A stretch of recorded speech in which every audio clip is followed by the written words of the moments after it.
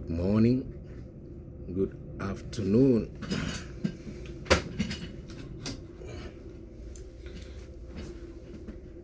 good evening, depending on your time zone and where you're watching me from.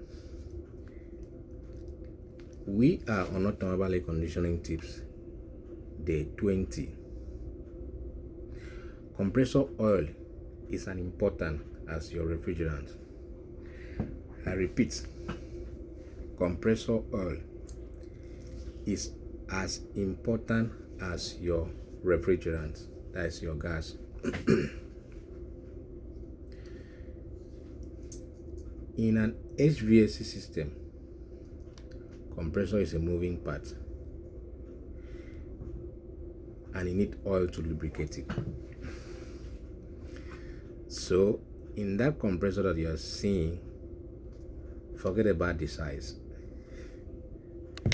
It's just like your engine. This same thing that is in your engine is also inside your compressor. This is called piston. Is the person responsible to compress refrigerant. So regardless of the size of the compressor, we have this like 6 or 8 inside that your small compressor, depending on the manufacturer. So as you can see, this thing needs to be lubricated. So if you are running your AC system without oil, the compressor will overheat. It will cause wear and tear, and at the end it will cause seizure. Because when two parts are rubbing together, what do you think will happen? It will create wear, it will create friction. So when the metal parts are being rubbed together, it will create also metal shaving. At the end, this shaving will travel around the system and make that system to black death. And when that happens, what is the expectation? It will cost you so much because you are going to replace everything. Should there be any shortcut? Or let's assume you replace on the compressor when the system is black dead, you keep on changing compressor. If the system is black dead, it is recommended that you carry out the total overhauling. Total overhauling means replacing every part in that system. Yes. So compressor oil is as important as your refrigerant. So when you're installing new system or installing new compressor, ensure that there's oil in that system. What happens is that also with my years of experience in automobile air conditioning, if you open your bonnets where you have the sticker for your AC system, what you will see there is the refrigerant and the quantity the type of refrigerant and the quantity that will go into the system. Then the next one will be the type of compressor oil. The quantity will not be stated there. So how do you know the quantity that will go into the system? Like for my own, because each compressor has different quantity, or AC system has different quantity of oil that's supposed to go into the system.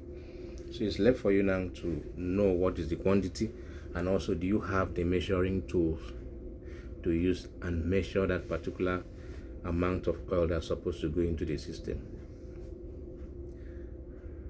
I have a digital manifold gauge. This digital manifold gauge comprises of different cars and different models, and the quantity of refrigerant that's supposed to go into the system is stated there when you select the model and the year of the car. The type of oil and the quantity that's supposed to go inside that system is also stated there. So it's left for you now to have your measuring tool. You don't just fetch oil and put inside the compressor. You need to have your measuring tool, and the measuring tool is quantified in ohms, because the quantity of oil that will be stated that's supposed to go into that system is also quantified in ohms. So you need to have a measuring tool that is being quantified in ohms, and you put that same amount of oil inside that compressor. You don't put the 100% of oil inside the compressor. You have to distribute it. We have what they call oil chart. Out of the 100% of oil that's supposed to go into that system, 50% need to go to your compressor. Yes. Then 10% go to your pipes and hose. 20% goes to your evaporator. 10% go to your condenser. And 10% goes to your filter, dryer, or accumulator. So I want to believe that these few tips are useful. Kindly share it to benefit every other drivers out there, every other vehicle owner out there, and every fleet owners. And don't forget to share this video again to benefit everybody. Subscribe to our channel and follow us on all our handler. As we see you tomorrow, stay safe.